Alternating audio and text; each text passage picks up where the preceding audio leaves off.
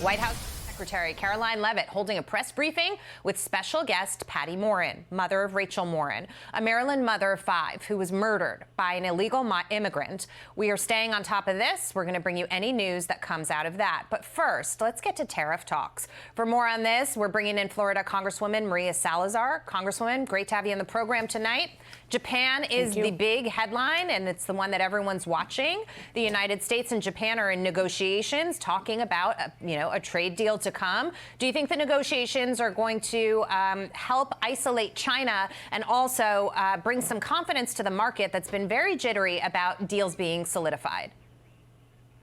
Oh, I have no doubt, and thank you for the opportunity. Japan and another 175 countries, as I have I have written here, are willing to talk to the president because everyone wants access to the biggest market in the world, which is ours. Remember that not only Trump, but a couple of other presidents like Madison and Hamilton and Lincoln. Lincoln said, give me a tariff and I will give you a wonderful country. So this is just a diplomatic tool that he is using just like any other president. And I'm sure it's going to be beautiful at the end, like the president would say. I mean, it's empirical evidence says it. I mean, everyone needs access to the United States market. And the market was trying to find a little footing after Liberation Day and some of the uncertainty that was out there.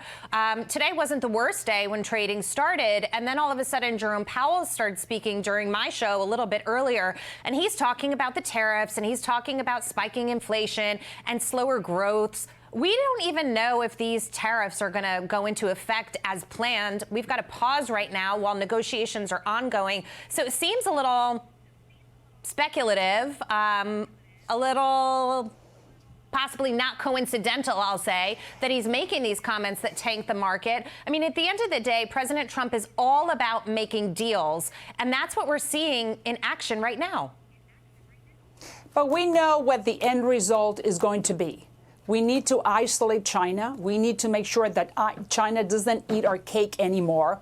Look, they are producing our meds, our toys, our furniture, some of the weapon parts. So it's time to change that narrative that started with Nixon and bring all those companies back to this hemisphere, which is what you call nearshoring or reshoring. And that is why I've introduced, specifically with Senator Cassidy, the Americas Act, which is basically to signal those American companies come back home to the United States or to the Western Hemisphere, El Salvador, that deserves it so much, just to give an example, and set up shop in our hemisphere. So if we have another COVID, we don't have to be waiting for China to send us the aspirins. It's time. China wants to destroy us. Yeah, and they are. They are coming on shore, Congresswoman. We've reported on many deals, companies like NVIDIA, Apple, Johnson & Johnson, saying TSMC, saying we're going to invest in the United States. We're going to start building plants and producing what you need right at home. So the strategy is working so far. Meantime, I want to get to this. California Governor Newsom posting some sort of video selfie on X today. His lawsuit against the Trump administration over tariffs. Watch this. Today, I announced a lawsuit on behalf of the state of California suing the Trump administration. California is the largest manufacturing state in our union, one of the largest trading partners around the globe. No state will be impacted more than the state of California as it relates to the unilateral authority that's being asserted by the Trump administration to impose the largest tax increase in modern American history. What about Newsom's economic impact in California himself? They had a $68 billion budget deficit in the fiscal year of 2024, and they've got a projected $2 billion deficit for fiscal year of 2025, not to mention that business is fleeing his state. You had the announcement of 2 California refineries closing today. That's going to put pressure across the board in the United States on gas prices because we're short refineries. Congresswoman.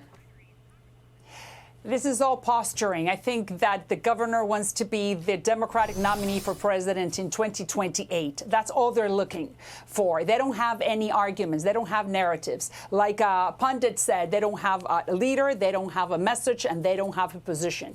Listen, look at the state of Florida where I'm at. Ron DeSantis, look what we've done. We are the land of the free, and you have a lot of people leaving California and coming to South Florida, to my district. It's the evidence is there. They're losing. we're winning. Why? Because we don't have socialist policies, and because we have the free market and we're welcoming those businesses. Sorry for what he says. It is what it is.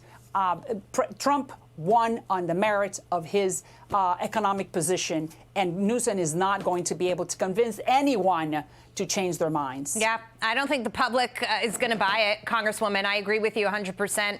Congresswoman Maria Salazar, thank you so much for being here tonight. Always great to see you. My pleasure. Thank you for the opportunity.